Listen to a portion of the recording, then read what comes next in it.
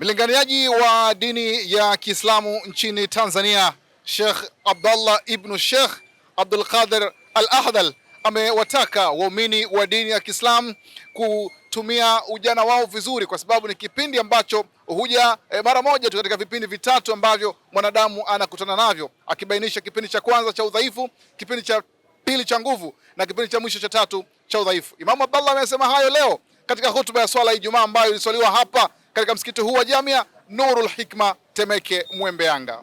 Allah anasema kwenye suratul Rum, Allahu alladhi khalaqakum min dha'f.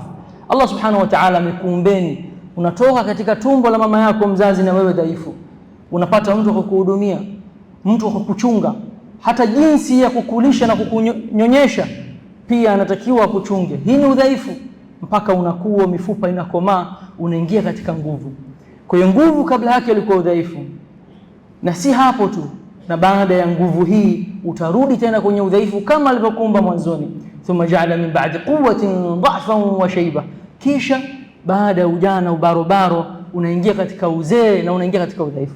Kando ya hayo pia Sheikh Abdallah Al-Ahdal aliweza kuwakumbusha Waislamu kuhusiana na hadithi ya Mtume, vile ambavyo inawataka kutumia mambo matano kabla hajawakuta mambo matano, huku akiwahimiza sana kuhakikisha kwamba wanatumia nguvu zao vizuri kabla hawajafika katika uzee. Kijana ni marhala ya kheri, na Mtume sallallahu alaihi wasallam alipoona uhamia ya huu ujana akawaambia kijana akiwemo Abdullah ibn Umar, akamwambia shikamana na matano kabla kuondoka.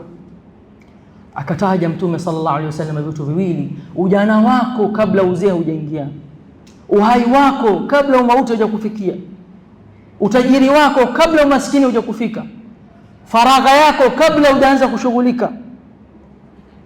Na Mtume amerudia umri na akatia msisitizo kwenye sehemu ya ujana, kwa sababu ujana ndio umri wote.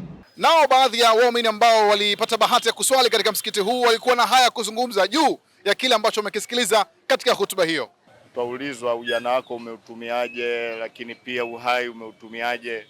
Vitu kama hivyo ndio hutuba leo imetufunza jambo hilo. Vijana kama tuna uwezo wa kuoa tuoe, ila kama hatuna uwezo vijana inabidi tufunge, ili mradi tujiepushe na fitna hizi ambazo zipo kwa sasa hivi, kwa sababu tupo katika zama ambazo fitna zipo nyingi sana. Sheikh wangu kaongelea kuhusu udhaifu, nguvu na udhaifu pia, si ndivyo? Kwa hiyo nimejifunza, maana hivyo vitu vyote nilikuwa sivifahamu. Yaani navifahamu. Udhaifu wa kwanza shehe amesema uko wapi? Udhaifu wa kwanza pale unapokuwa mdogo. Sahihi. Unakuja unapata nguvu, mifupa inakomaa. Udhaifu wa pili unakuja pale unapozeeka na kufariki, kwa sababu unakuwa unafanyiwa vitu vingi. Ungependa kuambia nini watazamaji katika kile kipindi cha pili cha nguvu ambacho kipo mara moja katika vipindi vitatu?